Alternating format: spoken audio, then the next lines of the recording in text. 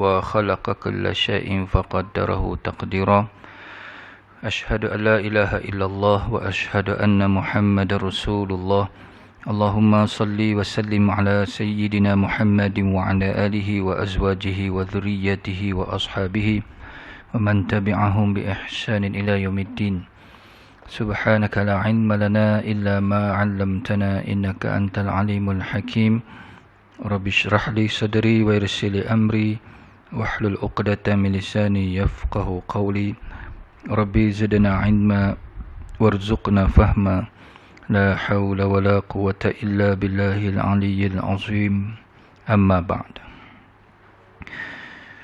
Tuan-tuan, puan-puan, para hadirin sidang jemaah yang dikasihi lagi dimuliakan, Alhamdulillah, puja dan puji kita rafakkan ke hadrat Allah, salawat dan salam ke atas junjungan Nabi sallallahu alaihi wasallam. Syukur pada pagi yang indah ini dapat kita bersama-sama seperti biasa untuk menyambung bacaan kitab Nasaihul Ibad, muka surat 198, nasihat yang ke-9 di atas tu.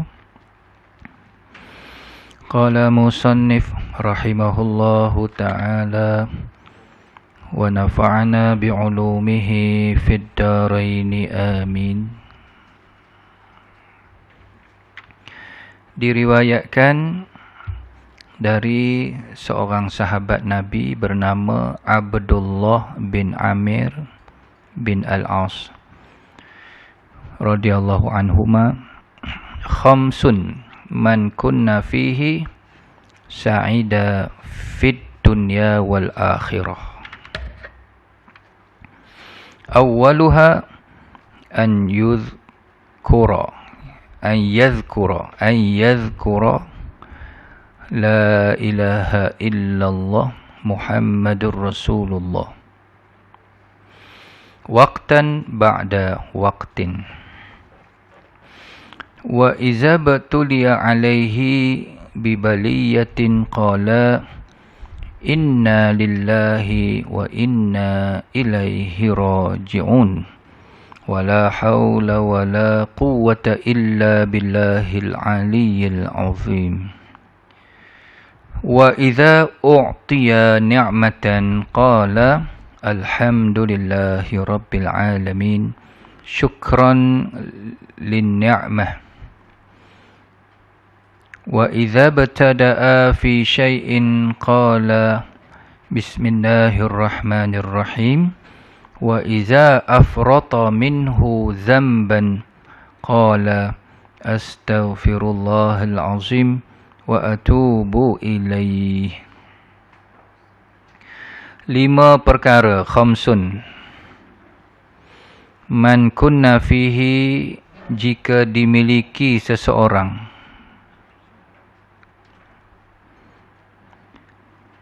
sa'ida, maka ia berbahagia. Sa'ida, sa'id,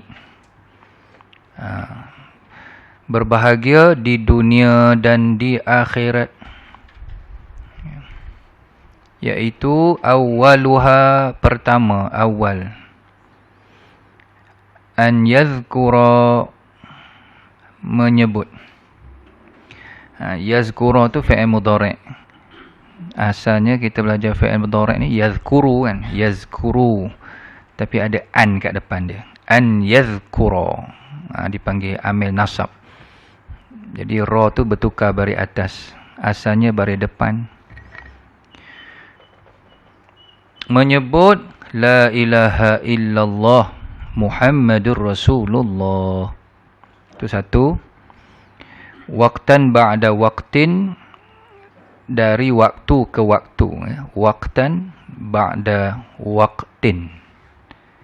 Kalau kita nak sebut dari waktu ke waktu, dari masa ke semasa. Waqtan ba'da waqtin. Yang kedua, apabila. Wa iza, dia terjemah situ jika. Ubtuliya, jika menerima bencana. Apabila menerima bencana, dia menyebut inna lillahi wa inna ilaihi raji'un.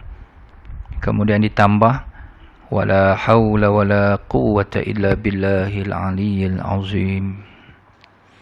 Apabila menerima bencana ataupun diuji dengan musibah. Wa iza u'tiya ni'matan, jika menerima anugerah nikmat. U'tiya ni diberi. Fi'il madhi majhul tu u'tiya. Kalau ma'ruf dia a'ta kan. A'ta, inna a'tayna ni u'tiya, diberi.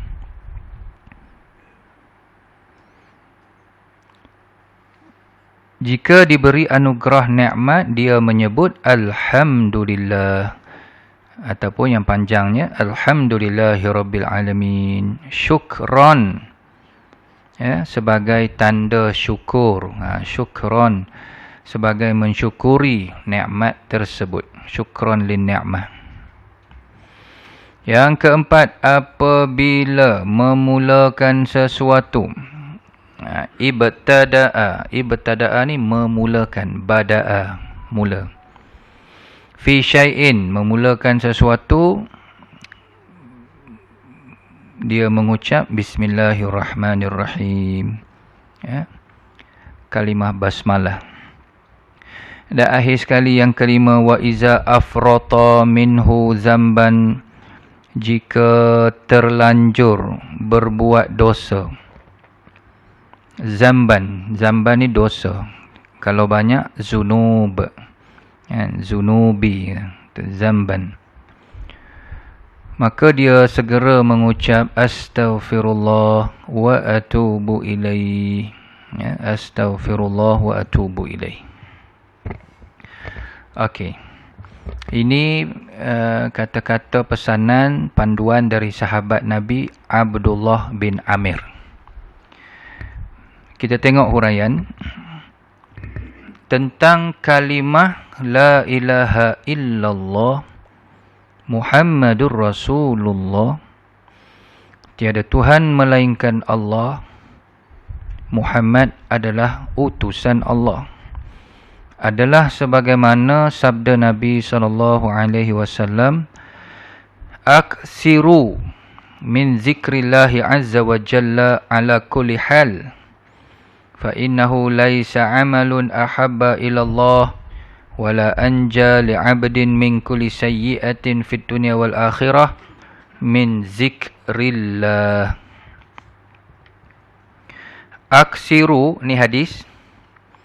Perbanyakkanlah. Itu arahan tu, fi'il amar. Aksiru. Perbanyakkanlah min zikrillah, zikir kepada Allah Azza wa Jalla, ala kulli hal, pada setiap keadaan. Okey. Jadi bukan sekadar disuruh berzikir, tapi diperbanyakkan. Aksiru kan. Itu satu. Ala kulli hal, zikir yang banyak tu pula pada setiap keadaan. Bukan mudah lah. Waktu sihat, waktu sakit, waktu bermukim, waktu bermusafir, waktu tengah seronok, waktu tengah stres. Pada setiap keadaan. Apa keadaan? Tengah memandu, tengah berjalan. Fa'innahu, kerana tidak ada amal. Laisa amalun ahabba. Tu kalimah ahabba. Tidak ada amal yang paling disukai. Atau ahabba tu, paling dicintai, disukai oleh Allah. Dan yang kedua, dia punya kelebihan. Pertama, dicintai, disukai oleh Allah. Dan lebih dapat menyelamatkan hamba. Anja. Anja tu menyelamatkan, anja. Daripada kalimah najah tu lah. Menyelamatkan hamba dari keburukan sayyi'ah di dunia, apatah lagi di akhirat, selain zikir kepada Allah. selain zikir kepada Allah. Okey.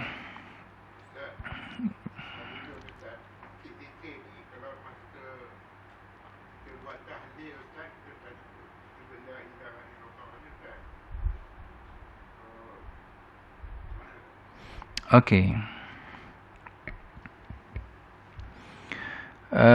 Majlis tahlil, memang tahlil tu sendiri membawa maksud la ilaha illallah. Jadi kita biasanya lah jarang disekalikan dengan Muhammadur Rasulullah tu kan. Itu untuk tahlil lah, tapi kalau untuk kita amalan sendiri-sendiri, la ilaha illallah Muhammadur Rasulullah. Mungkin tuan-tuan puan-puan para hadirin, kita jarang sekalikan la ilaha illallah Muhammadur Rasulullah, sebab Muhammadur Rasulullah tu kita dah gantikan dengan selawat.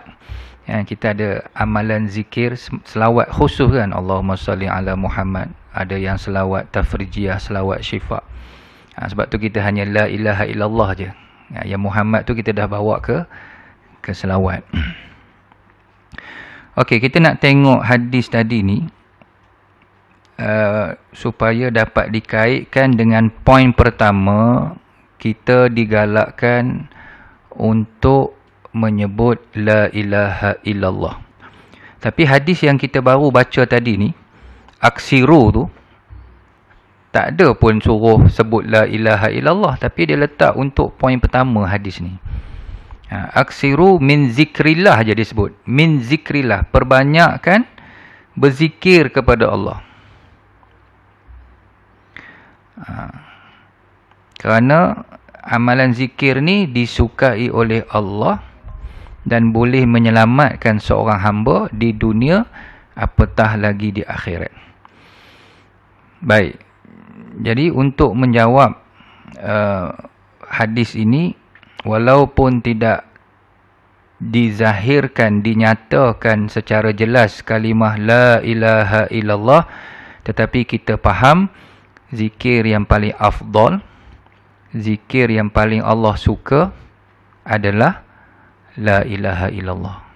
Afdalu zik, kita pun sebut gitu kan. Afdalu zik fa'lam annahu la ilaha illallah. Afdalu zik maksudnya seafdal zikir. Ketahuilah, fa'lam annahu, bahawa sesungguhnya la ilaha illallah. Okey, habis kat situ.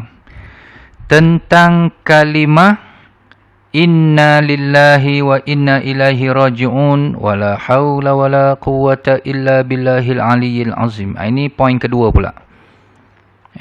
Pertama, la ilaha illallah Muhammadur Rasulullah. Yang kedua, inna lillahi wa inna ilaihi raji'un wa la hawla wa la quwwata illa billahil aliyyil azim. Sesungguhnya kita semua milik Allah. Ini dia punya terjemahan ataupun makna lah. Yang kita sebut selama ni, kalau kita tak tahu makna, sangat elok kita usaha bagi tahu. Inna, sesungguhnya kita, lillah, semua milik Allah, wa inna ilaihi raji'un, dan kepadanya kita akan kembali. Wala hawla wala quwwata illa billah, tiada daya upaya dan tiada kekuatan melainkan dengan pertolongan Allah yang maha mulia lagi maha agung. Al-Aliyyil Azim. Adalah sebagaimana sabda Nabi Muhammad sallallahu alaihi wasallam, la takthirul kalam, la taksirul kalam, janganlah memperbanyakkan ucapan ataupun kalam, perkataan, bi ghairi zikrillah, selain zikir kepada Allah. Fa inna kasratal kalam, kerana sesungguhnya banyak bercakap, bi ghairi zikrillah, yang bukan zikir kepada Allah itu, qaswatul qulub, akan menjadikan hati keras, Qaswah keras, qulub hati. Wa inna, dan sesungguhnya, ab'adan nas, ab'ad, sesungguhnya orang yang paling jauh. Ab'ad. Kalau yang bab sembahyang tu, sunat ab'ad tu huruf dot. Sunat ab'ad, dot. Sunat hayat dengan sunat ab'ad kan. Bukan begini ejaan dia. Yang ni dal. Ab'ad. Sangat jauh daripada kalimah ba'id. Ba'id jauh, qarib dekat. Tu sifat berlawan kan. Kalau qarib dekat, ba'id jauh. Kalau sangat jauh, ab'ad. Kalau sangat dekat, aqrab. Qarib, aqrab. Tu teman akrab. Akrab tu. Tu bahasa Arab, akrab. Okey, dan sesungguhnya orang yang paling jauh dari Allah, siapa mereka? Adalah orang yang hatinya keras tadi. Minallah, ab'adan nasi minallah, al-qalbul qasi. Al-qalbul qasi. Hadis riwayat Imam Tirmizi.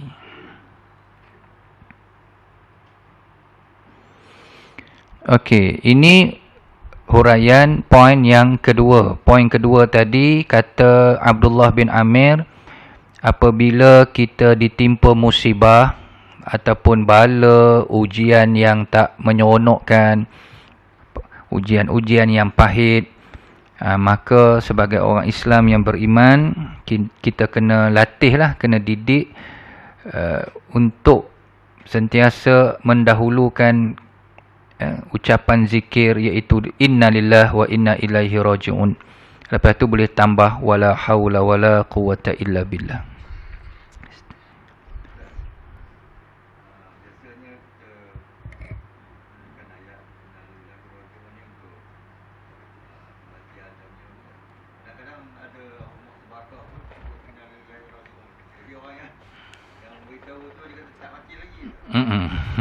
Ya, betul.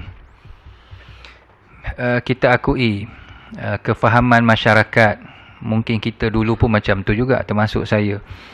Kita faham innalillah ni hanya untuk berita kematian. Kalimah innalillah ni boleh kita temui dalam Quran, surah Al-Baqarah. Tuan-tuan boleh tengok ayat dia start daripada 155, 156, 157 Al-Baqarah. Mula-mula Allah sebut apa? وَلَنَبْلُوَنَّكُمْ بِشَيْءٍ مِنَ الْخَوْفِ وَالْجُوعِ وَنَقْصٍ مِنَ الْأَمْوَالِ وَالْأَنْفُسِ وَالثَّمَرَاتِ وَبَشِّرِ الصَّابِرِينَ الَّذِينَ إِذَا أَصَابَتْهُمْ مُصِيبَةٌ. Tu asal dia. الَّذِينَ إِذَا أَصَابَتْهُمْ مُصِيبَةٌ. Jadi musibah tu umum lah. Dia tak kata apabila kamu menerima kematian, al-maut, dia kata musibah. Jadi kebakaran tu musibah, kemalangan musibah, banjir musibah, hatta selipar hilang, kasut hilang kat masjid, musibah kan. Musibah. Tapi macam tadilah, bila kita dah faham masyarakat begitu, kita sebut tu pelan je lah. Sama juga orang accident, tak mati lagi, kita sebut innalillah, depan dia innalillah. Kamu doa, nak doa aku cepat mati ke? Dia kata. Dia faham gitu kan. Ataupun kita terima berita orang sakit bawa pergi hospital kan. Innalillah. Belum mati lagi. Kita cakap pelan-pelan je lah. Melainkan kalau kita memang nak mendidik dia, nak beritahu dia, innalillah bukan mati je, sakit, musibah.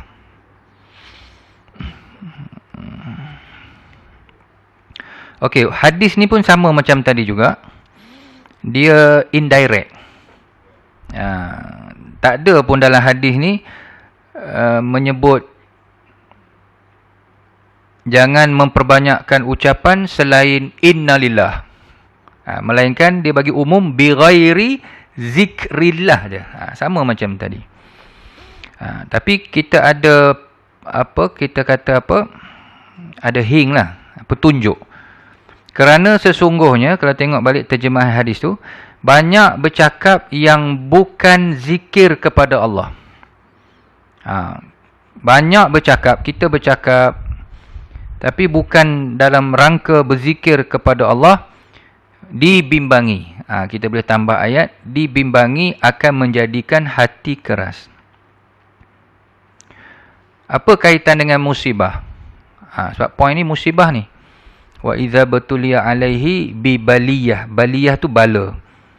Jadi bila kita diuji dengan musibah, kemudian kita tak banyak berzikir, kita banyak bercakap selain zikir. Bila selain zikir ni biasanya nadanya merungut. Kita merungut, kita tak puas hati, kita rasa kurang selesa. Kenapa kita kena uji? Mulalah merepek-repek, mengarut-ngarut. Di situ itulah yang menjadi asbab. Kalau tak kena gaya, hati jadi keras. Seolah-olah kita tak boleh menerima ujian tu. Kita merungut-rungut, kita resah gelisah, kita petikai kebijaksanaan Allah. Di situ cara faham. Apabila ketika kita diuji dengan musibah, kita tidak banyak berzikir kepada Allah. Lepas tu banyak bercakap benda yang lain dengan nada yang kita sebut tadi, merungut dan seumpamanya, bimbang hati menjadi keras. Ya.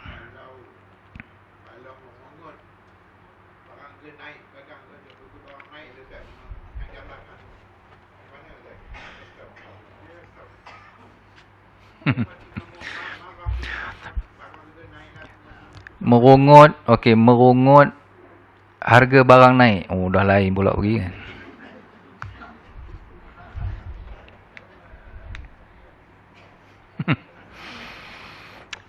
Okey, susah juga nak jawab tu.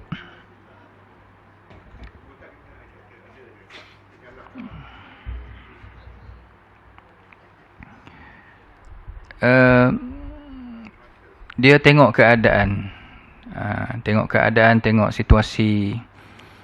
Tengok juga siapa yang mentadbir, siapa yang memimpin kan. Kalau yang memimpin itu pemimpin pembesar hidup dalam keadaan mewah, sedangkan rakyatnya tertekan dengan harga-harga ataupun suasana ekonomi yang tak kondusif, mungkinlah kita macam merungut tu petikai lah. Ataupun kadang-kadang orang merungut sebab melihat pemimpin sebelum ni banyak berjanji, semua nak diturunkan kan. Tapi bila dah jadi pemimpin baru tahu realiti di atas tu macam mana. Tapi kalau dalam keadaan pemimpin pun struggle, bersusah senang bersama dengan rakyat, dah cuba yang terbaik, tapi mungkinlah tekanan ekonomi secara global ke apa ke, wallahu alam, kita cubalah pujuk hati itu untuk bersabar.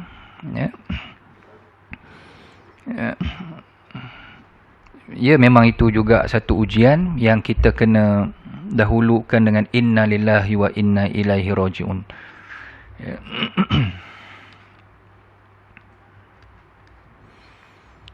Baik.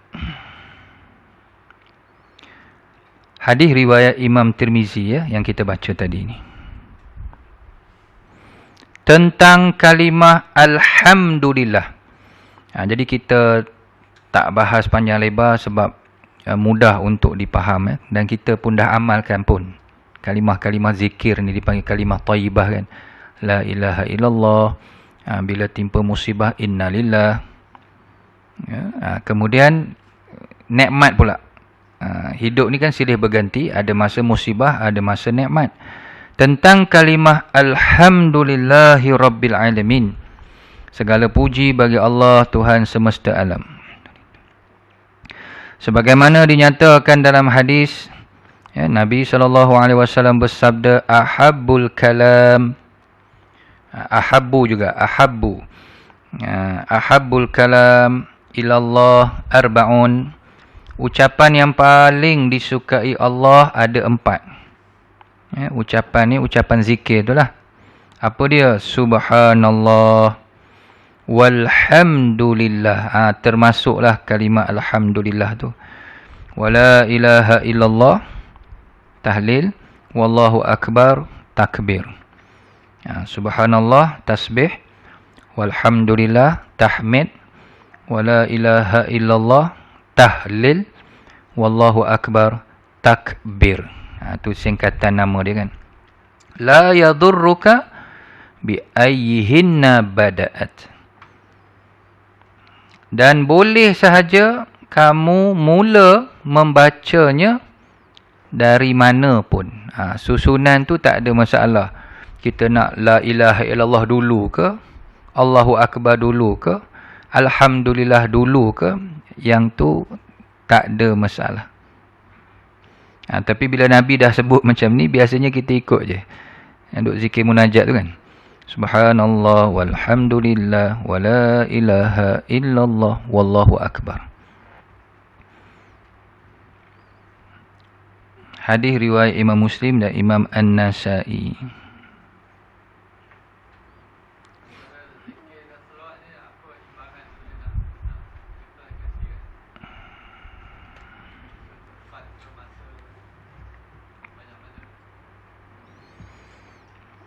Baik. Antara zikir dan selawat, bagaimana kita nak imbangi, ataupun adakah tempat-tempat tertentu kena zikir, tempat-tempat yang lain pula kena selawat, hari-hari tertentu zikir, hari-hari tertentu yang lain pula berselawat. Wallahu alam, mungkin kalau kumpulan-kumpulan tarikat, sebab saya pun tak ikut tarikat kan. Kumpulan-kumpulan tarikat tu mungkin adalah jadual-jadual dia. Hari ni elok berzikir, hari ni. Macam hari Jumaat sendiri kita banyak dengar tok-tok guru pesan, kalau hari Jumaat ni perbanyakkan selawat. Perbanyakkan selawat. Cuma apa yang disebut oleh Syekh Muhammad Rahimuddin, mana-mana kumpulan tarikat ada tiga zikir yang tak boleh tinggal. Bermula dengan istighfar, astaghfirullahalazim. Lepas tu la ilaha illallah. Lepas tu masuk juga selawat. Termasuk selawat. Tiga ni macam wajib lah. Cuma banyak mana itu kita bina ikut kemampuan masing-masing lah. Kalau nak bagi sama pun boleh. Contoh la ilaha illallah 100, selawat 100. Ataupun la ilaha illallah 200, selawat 100. Tak ada masalah pada saya. Bahkan ada juga, kalau kita tengok kisah-kisah yang dia selawat je. Amalan dia memang selawat je. Ada yang amalannya la ilaha illallah je. Ada amalannya istighfar saja. Itu pun dah power dah. Itu pun dah dahsyat. Apatah lagi kalau kita kombinasikan, zikir pun ada, selawat pun ada.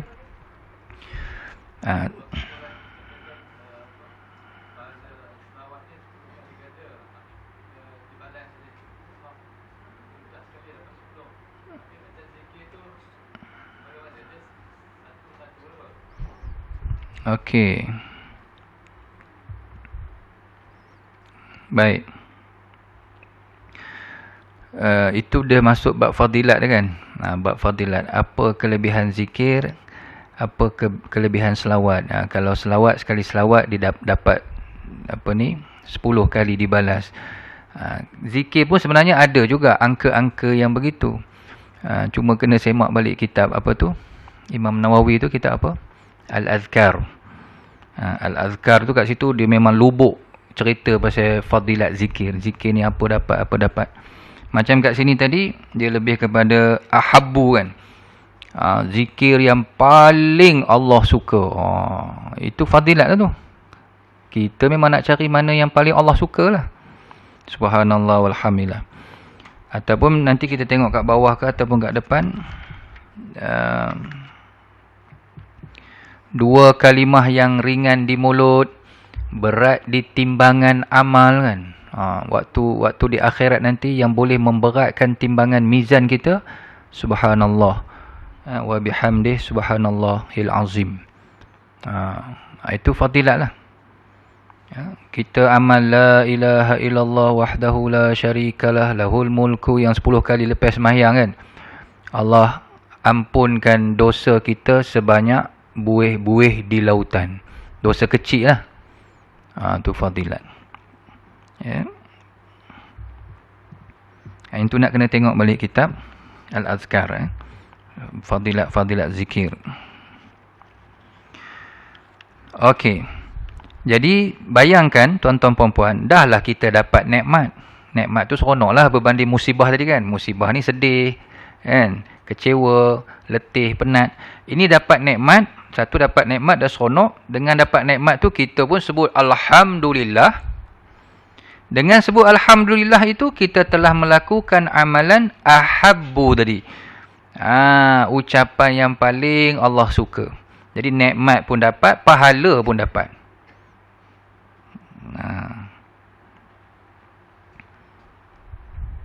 Jadi ada 4 di situ. Fokusnya alhamdulillah itulah. Subhanallah walhamdulillah. Wala ilaha illallah wallahu akbar. Dalam hadis yang lain pula, Nabi bersabda, qulu. Ya, qulu ni daripada kalimah qala, katakanlah. Kalau seorang qul, kan, qul ya ayyuhal kafirun, kan, qul huwallah. Kalau ramai qulu, dia tak sebut qul seorang. Katakanlah ataupun ucapkanlah la ilaha illallah, 1, wallahu akbar, 2. Lepas tu wa qulu, ucapkanlah, maksudnya tambah lagi, subhanallah walhamdulillah. Ada kalimah walhamdulillah tu. Wa qulu 3 kali ya, diselangkan. Tabarakallah, dan ucapkanlah tabarakallah. Maka sesungguhnya kelima-lima kalimah ini la ya'diluhunna bi syai', tidak ada suatu pun yang boleh menandinginya. Dalam banyak-banyak zikir, 5 ni kira memang top 5 lah, champion lah. Antara zikir yang sangat-sangat luar biasa. La ilaha illallah wallahu akbar, subhanallah walhamdulillah. Jadi 4 yang atas tu sama macam hadis sebelumnya. Cuma ada tambahan 1 je, wa qulu tabarakallah. Itu je tambah, tabarakallah. Okey. Tabarakallah ni macam al-mulk tu lah. Tabarakalladzi biyadihil mulk tu kan, tabarak. Kalau kita buat ucapan untuk pengantin tu macam mana? Doa pengantin tu kan.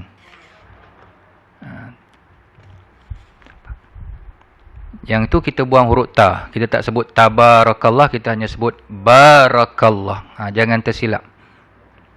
Ya.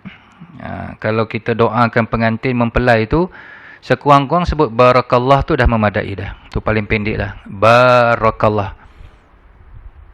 Boleh tak kalau kita tengok pengantin, jumpa pengantin, kita sebut tabarakallah?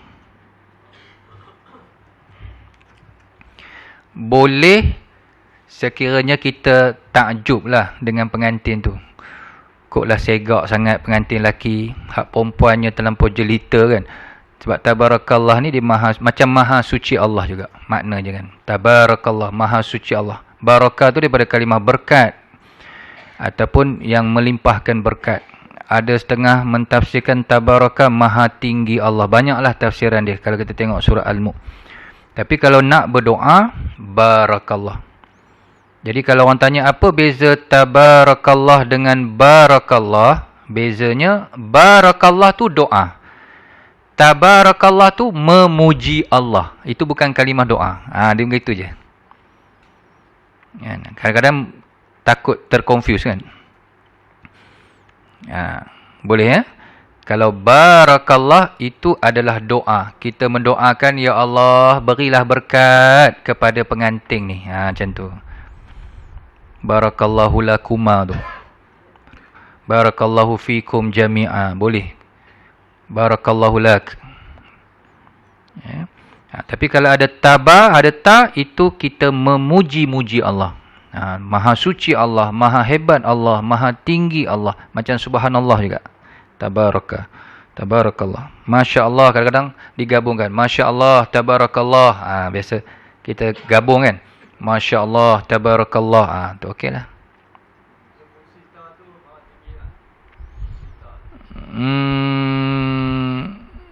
Fungsi ta tu. Kalau bahasa mudahnya gitulah kita jawab. Ya. Tapi kalau kita belajar bahasa Arab, dua-dua tu fi'il madhi tu. Ya, baraka, tabaraka. Ya. Cuma ta tu maksudnya ialah macam tadilah. Dia memuji.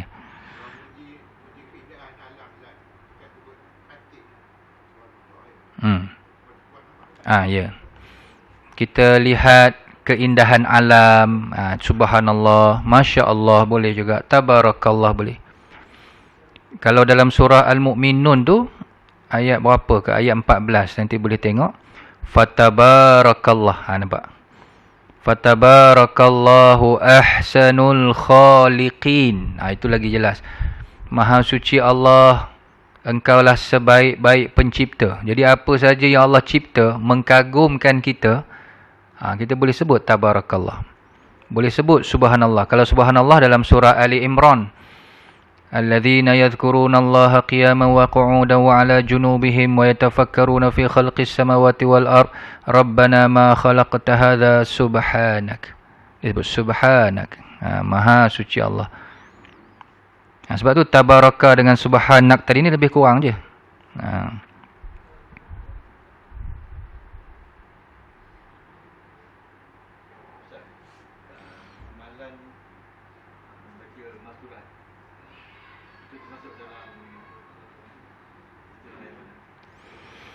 Amalan membaca maksurat, dia masih orang kata apa, di bawah amalan zikir lah. Bahkan sangat bagus sebenarnya kerana ada 3 kombinasi saya lihat. Kan? Siapa-siapa yang amal maksurat tu dia nampak lah. 3 kombinasi tu maksudnya apa? Pertama ada bacaan Quran, ayat-ayat Quran kan.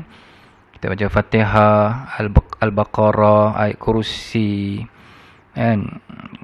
Ayat Quran lah.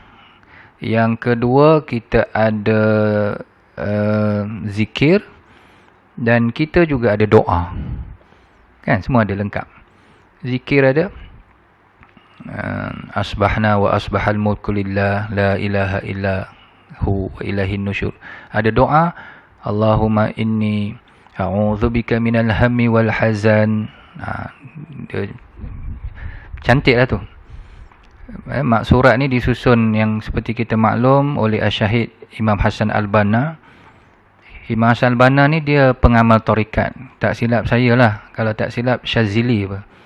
Itu salah satu jalur tarikat zikir Syazili. Ya. Jadi sangat baik. Bacaan-bacaan. Kalau kita baca yang kubra punya tu lagi cantik lah.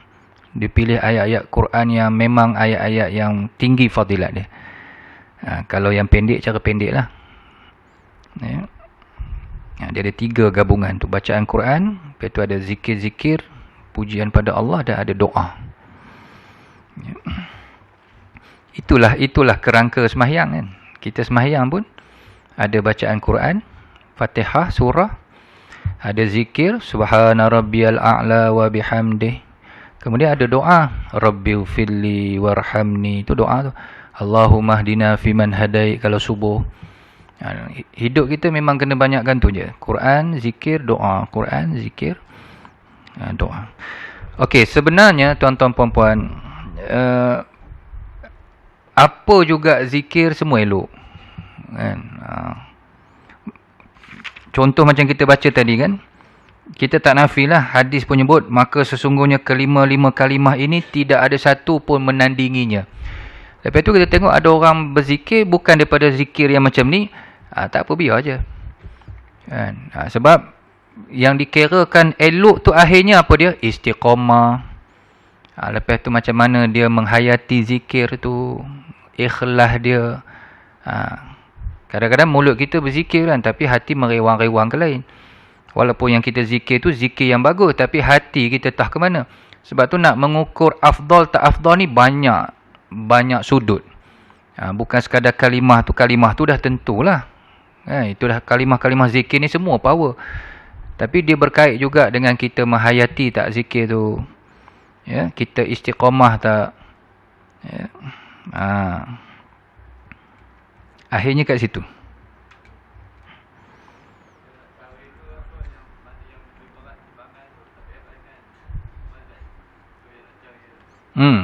Kalimah subhanallah. Bahkan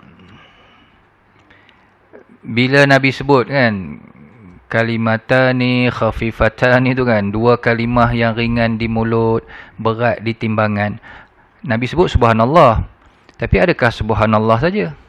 Sebenarnya semua kalimah zikir. Semua kalimah zikir. Sebab subhanallah pun kalau kita tengok, termasuk dalam kumpulan yang kita baca hadis ni. Subhanallah walhamdulillah tu semua geng dia tu. Bila Nabi sebut subhanallah, maknanya yang lain pun turut samalah. Itu kumpulan dia.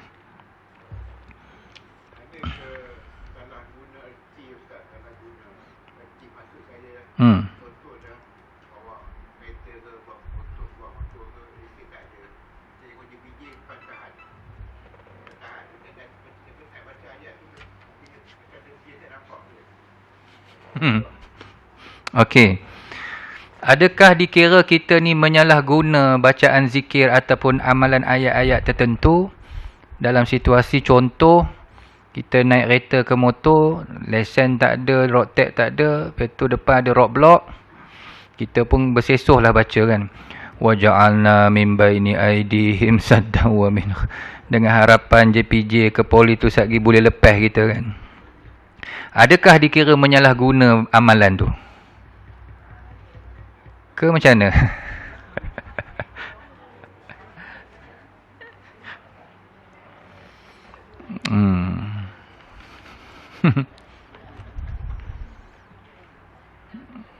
Baik. Susah juga nak jawab kan? Dia berkait, bukan berkait, dia macam okey, kita tak ada road tag, tak ada lesen. Kalau road tag mati sebab tak ada duit, kan, duit tengah sesak, tak mampu nak hidup kan lagi, dengan kesesakan itu pada saya munasabah lah kot kan. Minta Allah mudahkan urusan. Ya. Lesen pun tak hidup lagi. Ya. Tak sengaja. Yalah. Di situ ada hukum pula. Kalau kita tanya, kita ada road tag, ada lesen ni, apa hukum dia kan? Maksudnya kalau tak ada road tag, adakah berdosa kan? Sama orang tanya hukum langgar peraturan jalan raya, lampu merah kita jalan, berdosa tak kan? Kalau nak kaitkan dengan dosa pahala. Ada setengah lah ilmuan contemporary dia berhujah, ya ayyuhallazina amanu atiullaha wa atiur rasul wa ulil amri minkum, gitu kan. Taatlah pada pemimpin kamu. Jadi bila pemimpin dah buat satu undang-undang, dan undang-undang tu untuk maslahah, kena taatlah. Tapi kalau undang-undang tu menekan, undang-undang tu berat sebelah, undang-undang tu menindas, mungkin di situ ada setengah ulama kata tak taat pun tak apa. Kan? Susah juga nak jawab tu kan.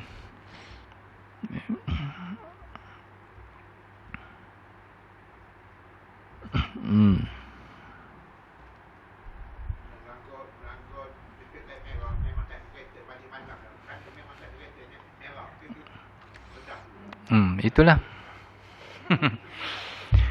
Lampu traffic light merah tengah-tengah malam 3 pagi kan, bukan ada orang pun, kita langgar. Yalah, kalau yang tak ada kamera tu bolehlah langgar. Kalau ada kamera sampai pula surat saman kan. Jadi kalau langgar masa tu, macam mana kan? Adakah kita dikira melanggar perintah pemimpin yang membuat undang-undang tu? Tu kan.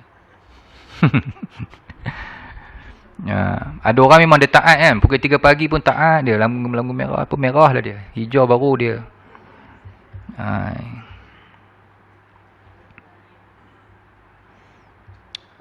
Kalau ikut asal, undang-undang traffic light tu dibuat memang untuk maslahat keselamatan lah. Jadi kalau 3 pagi tu memang kita yakin memang dah selamat, balik pada hukum asal lah. Memang dah tak ada orang, kita je seorang kan. Nak menunggu pula kalau jenis yang ada, bagi masa pula berapa saat kat atas tu kan. 50 saat pula menunggu. Kita tengok dah clear tu.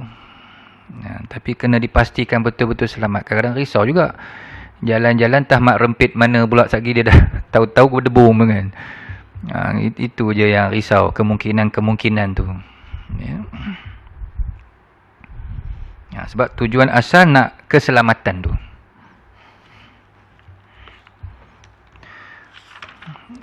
Baik. Ada pun muka surat sebelah, mengucapkan Bismillahirrahmanirrahim apabila memulakan sesuatu perbuatan. Maka Abu Hurairah radhiyallahu an berkata bahawa Rasulullah sallallahu alaihi wasallam bersabda, kullu amrin zibalin la yubda'u fihi bi bismillah fahuwa aqta. Hadis ni masyhur lah, kalau cerita bismillah mesti hadis ni lah. Setiap perkara yang mempunyai tingkah laku yang baik, maksudnya setiap perkara yang baik. Apa saja pekerjaan, perbuatan yang baik-baik, jika tidak dimulakan dengan menyebut asma Allah iaitu bismillah, maka perkara itu terputus, aqta. Maksud terputus dia hurai situ dalam kurungan tiada membawa berkat ataupun kurang berkat. Kalau kurang tu lainlah sikit bahasa dia kan. Kalau tiada ni memang tak berkat langsung. Ada setengah kata kurang berkat. Ibnu Hibban. Jadi apa saja pekerjaan-pekerjaan yang baik memang kita pun dah amalkan Bismillahirrahmanirrahim. Atau paling pendek Bismillah. Bismillah. Kalau terlepas Bismillahil awwal wal akhir. Lebih kurang gitulah. Adapun mengucapkan Astaghfirullahal azim apabila terlanjur berbuat dosa. Anas bin Malik radhiyallahu an berkata bahawa Rasulullah sallallahu alaihi wasallam bersabda, ala adullukum ala da'ikum wa dawaikum, inna da'akum az-zunub wa dawa'akumul istighfar. Apakah aku perlu memberitahu kepadamu, kepada Anas tentang penyakitmu dan ubat untukmu? Wahai Anas, nak tak aku beritahu penyakit dan ubat dia? Sesungguhnya penyakitmu adalah dosa, manakala ubatnya adalah istighfar. Ini penyakit semua orang lah. Yang tak sunyi daripada melakukan dosa, maka ubat penawarnya adalah istighfar. Kemudian satu lagi hadis daripada Ibnu Abbas radhiyallahu anhuma, man lazimal istighfar ja'alallahu lahu min kulli dhaiqin makhrajan wa min kulli hammin farajan wa razaqahu min haitsu la yahtasib.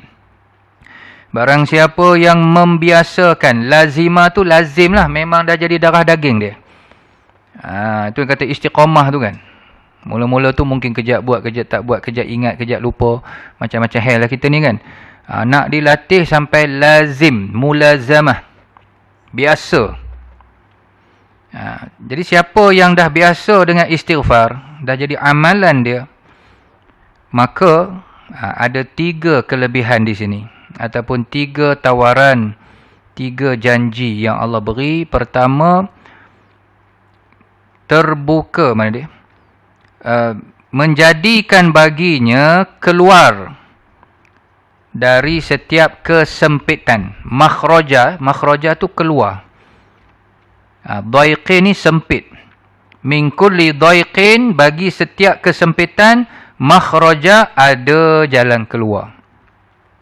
Allah ilhamkan kita, lorongkan kita untuk mendapat solusi. Satu. Yang kedua, terbuka dari setiap kesusahan. Wa min kulli hammin. Hammin tu kesusahan, kesedihan, stres, rabut, apa semua. farajan, terbuka, ya, terungkai dia punya simpulan-simpulan kesusahan tu, mudah-mudahan insya-Allah. Dan akhir sekali yang ketiga, dia Allah memberi rezeki kepadanya la yahtasib, dengan tidak disangka-sangka. Jadi dahsyat juga amalan istighfar je. Jadi kita tengok, kalau kata orang yang nak beramal tu orang yang baru nak berhijrah kan, baru nak berjinak-jinak, bagi ni dah cukup istighfar, selawat dah. Tapi kalau dia dah memang dah bertahun-tahun bergelumang dengan amal soleh, lepas tu dia nak tambah, kita bagilah yang itu, yang ada manzil, ada maksurat, ada bacaan Quran, ikut cara panjang kan. Tengok orang tu. 3 kelebihan ini.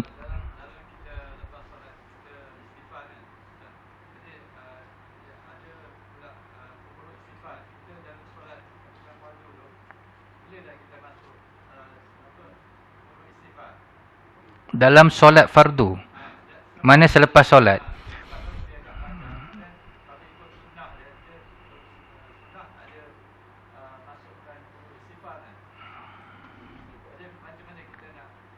Okey, saya lihat ada juga imam-imam, dia sebenarnya atas imam kot. Kalau kata kita sembahyang jemaah kan, dipimpin oleh imam, kita punya wirid lepas sembahyang tu, ada juga yang dia selit lah. Walaupun kebanyakan kita tengok jarang ada disekalikan dengan penghulu istighfar tu. Tapi kalau nak diselit tu, pada saya elok juga kan. Sama ada mengajar orang ramai, masyarakat awam, ini istighfar apa pula kan. Allahumma anta rabbi la ilaha illa anta khalaqtani. Ada yang bawa waktu wirid, ada yang bawa terus waktu doa, pun ia juga boleh je. Sebab dia bentuk macam doa kan, penghulu istighfar tu, dalam maksurat tu ada. Cuma bila berdoa ramai-ramai tu, kita tukar domain sikit lah. Allahumma anta rabbuna wa anta khalaqtana wa nahnu abduka kan.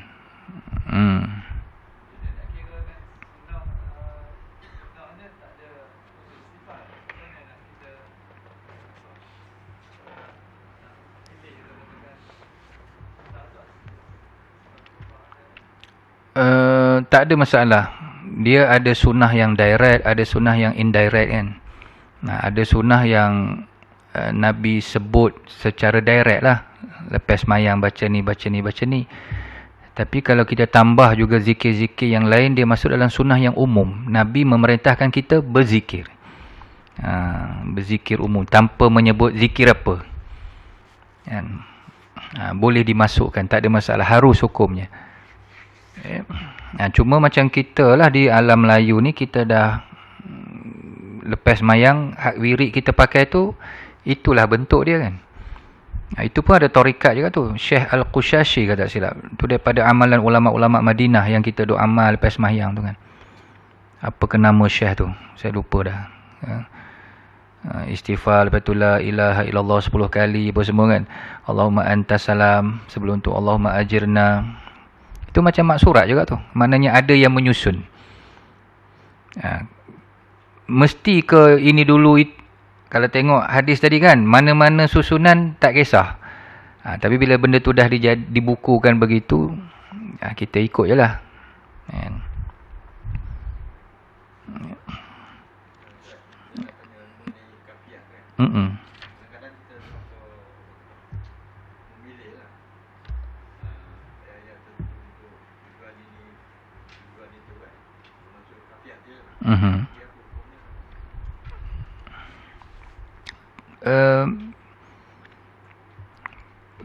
Kaifiat sama ada dia kaifiat yang paling baik, yang panggil maksur lah, yang datang daripada Nabi sendiri kan. Nabi sendiri mengajar begini. Okey, bila Nabi dah tak ada, siapa dia punya pengganti? Al-ulama warasatul anbiya. Jadi kalau kaifiat itu datang daripada para ulama, juga diterima. Kita menghormati pewaris-pewaris Nabi ni. Jadi dipanggil Al-Ma'thur. Sama juga macam dalam kitab tafsir. Dia ada tafsir dipanggil tafsir Al-Ma'thur. Itu tafsir yang paling baik. Kemudian ada tafsir dipanggil birra'i, dengan ijtihad para ulama. Pun dibenarkan selagi tidak melanggar batas-batas syarak. Samalah kaifiat tadi. Kita baca Yasin 7 mubin. Biasa dengar Yasin 7 mubin. Ada ke hadis Nabi suruh baca hadis Yasin 7 mubin? Memang sampai kiamat dah tak jumpa. Itu kaifiat-kaifiat, ya, kadang-kadang pengalaman rohani, mimpi-mimpi para ulama, yang mimpi yang benar lah. Boleh dipakai, harus. Samalah kita amal ayat 1000 dinar kan. Mana datang kalimah 1000 dinar? Ada ke Nabi sebut? Tak ada. Yang Nabi sebut, kalau hadis misalnya siapa baca surah Waqiah kan, dia tak akan apa-apa. Surah Waqiah ni dipanggil suratul ghina dalam hadis. Surah untuk insya-Allah lah tak fakir miskin. Tapi ayat 1000 dinar ni bukan daripada Nabi. Dia pengalaman-pengalaman ulama. Jadi kaifiat tu kalau kita tengok tak ada yang pelik-pelik, tak ada yang bercanggah dengan syariat, kan, haruslah. Halunya ulama akan pegang hukum, harus. Tak ada masalah. Sama juga sembahyang hajat. Kadang-kadang macam-macam kaifiat. Okay, kita buat sembahyang hajat 2 rakaat ya, lepas Fatihah baca ini kan. Yang senang kuliah dengan qul Allah lah. Tapi ada juga baca ayat kursi dengan kombinasi. Ada. Masa saya di pondok di Kedah, arwah Tuan Guru Haji Soleh, dia punya sembahyang hajat pun berlain juga. Dia punya kaifiat dia, apa nak dibaca kan. Tapi dah kita kata Tok Guru kan, ulama. Dan Tok Guru ni pun ambil pada Tok Guru. Ada, kadang-kadang dia ada sandaran sama ada sandaran tu khusus ataupun banyaknya umum lah. Maka diguna pakai. Ya. Wallahu a'lam. Ya. Okey, akhir sekali, last. Daripada Sayyidina Abu Bakar radhiyallahu an, Nabi bersabda, alaikum, bawah sekali tu ya. Alaikum bila ilaha illallah wal istighfar fa aksiru minhuma fa inna iblis qala ahlaktun nas bizunub wa ahlakuni bila ilaha illallah wal istighfar falamma raaitu zalika ahlaktuhum bil ahwa wa hum yahsibuna annahum muhtadun. Kamu mesti selalu membaca la ilaha illallah, satu, dan istighfar. Perbanyakkan itu. Kerana apa? Kerana sesungguhnya iblis berkata, aku telah merosakkan manusia dengan dosa-dosa, namun mereka telah merosakkanku dengan la ilaha illallah dan istighfar. Jadi iblis pun geram, marah, kan? Padahal dia dah berjaya dah rosakkan kita, sesatkan kita, hanyutkan kita sampai kita buat dosa. Tapi lepas tu anak Adam ni tadi duk baca la ilaha illallah, perbanyakkan la ilaha illallah, lepas tu beristighfar, rosak program dia. Ya. Ketika aku melihat hal itu, maka aku cari jalan lain pula. Aku merosak mereka dengan keinginan-keinginan nafsunya, dan mereka menyangka bahawa mereka mendapat petunjuk. Jadi iblis tukar plan, dia tak ajak dah orang tu buat dosa, dia suruh orang tu kekal dengan ibadat, tapi dia bagi sifat riak, sifat ujub, lepas tu lagi hak jadi ajaran sesat pun ada, merepek-repek tak apa-apa kan. Tapi dia kekal dengan amalan kononnya. Dia kata merosakkan mereka dengan keinginan-keinginan nafsu, dan mereka menyangka bahawa mereka mendapat petunjuk. Suruh buat dosa, masalah, nanti dia istighfar, nanti dia la ilaha illallah, dia taubat. Sekarang ni bagi dia kekal buat baik, tapi masukkan sedikit unsur-unsur nafsu, ya, sehingga mereka tak sedar yang mereka dah tersalah langkah. Ya, riwayat daripada Imam Ahmad dan Abu Ya'la.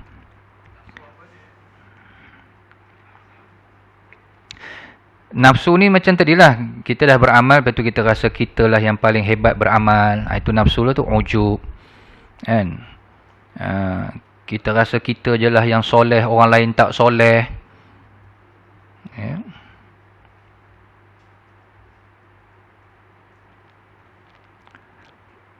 Habis. Al-Faqih Abu Lais Samarqandi berkata. Kita berhenti situ. Ini ulasan yang lebih kurang sama, cuma daripada Al-Faqih Abu Lais Samarqandi. Ini pengarang kitab Tanbihul Ghafilin tu.